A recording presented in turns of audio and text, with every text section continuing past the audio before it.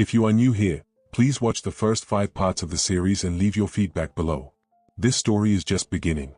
2 days before Karan walked into his house bruised and blooded from a fight, his grandmother was at the market. That was when she saw a familiar face and a familiar tracksuit. When she looked closer, she couldn't believe her eyes. It was Sam. She was seeing him for the first time in 7 years. He looked exactly the same, though his hair and beard were salted with more gray. She watched him quickly crush a cigarette under his foot as a group of students entered a nearby building. She looked up and saw the name, Sam's Krav Maga Academy. It was the same address she had memorized 7 years ago. She wanted to reach out to him then, but she hesitated. She feared he wouldn't remember her, that he would think she was just a crazy old woman. But 2 days later, when Karan came home blooded from school, her fear vanished. She didn't say a word. She simply grabbed his hand and dragged him to the academy. When Sam saw an old woman and a blooded child enter his class, he walked over and asked what they wanted. It was clear, Sam didn't remember her. Grandmother looked straight into Sam's eyes. She told him that her grandson falls from chairs a lot at school, the same excuse Karan always gave her. Then she said, "I want you to teach him the art of how to handle chair fallings in life." Sam was confused for a moment, but as he looked at Karan, he understood everything. "I can teach him how to handle all types of chairs," Sam replied. "But if you are looking for a savior to protect him, I am not that person.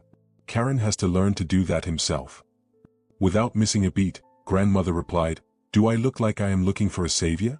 I am a client. And my goal is for Karan to learn how to defend himself in this world, after I am gone." Sam knelt down and looked Karan in the eye. He saw the busted lips. "Looks like it was a work of multiple chairs that made you fall," Sam said quietly.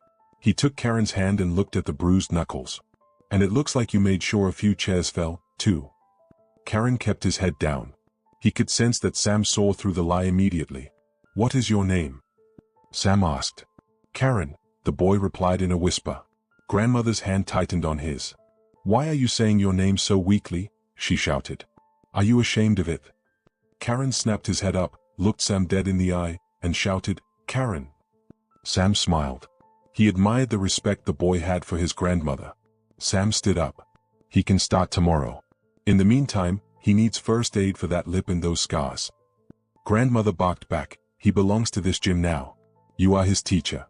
He starts today. Give him first aid or don't, that is up to you. But I hope that soon, he won't ever need first aid again." She wanted Sam to know they weren't there to waste his time. This was business. She looked at Karan one last time.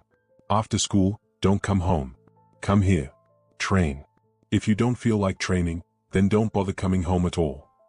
Grandmother rushed outside and sat in her car, leaving Karan behind. This woman, the one who hadn't cried when her son died, the one who stayed silent through her daughter-in-law's cancer journey, finally broke. On the drive home, she bawled like a small child. Karan had the belt. He had the teacher. But Sam's training wasn't like anything in the movies. Next time, we see the first lesson, and why Sam is a man of many ghosts.